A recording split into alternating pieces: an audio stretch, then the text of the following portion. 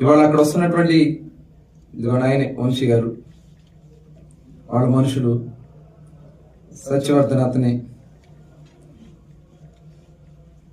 ఆ right side లో ఉన్నాడు కదా, వైట్ షర్ట్ వేసుకుని, అతను సత్యవర్ధన్. 11వ తారీఖున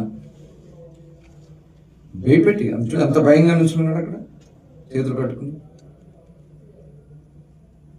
అంటే ఎంత దుర్మార్గంగా వాళ్ళు అతన్ని కిడ్నాప్ చేశారన్న దానికి ఇదే ఒక సాక్ష్యం.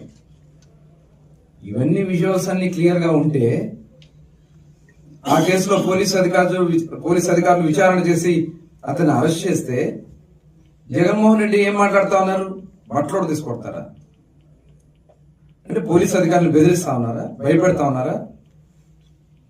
5 సంవత్సరాలు మీరు అరాచకాలు చేశారే, అక్రమ కేసులు పెట్టారే, అరెస్టులు చేశారే. ఇక్కడ మొత్తం సాక్ష్యాలతో సహా మీరు చేసినటువంటి కార్యక్రమాలన్నీ కూడా కనబడతా ఉన్నాయి.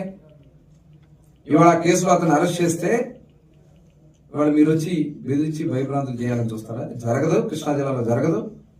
ఎక్కడ కూడా జరగదు. ఈ రాష్ట్రంలో ఎక్కడా కూడా మీ బెదిరింపులకు భయపడం.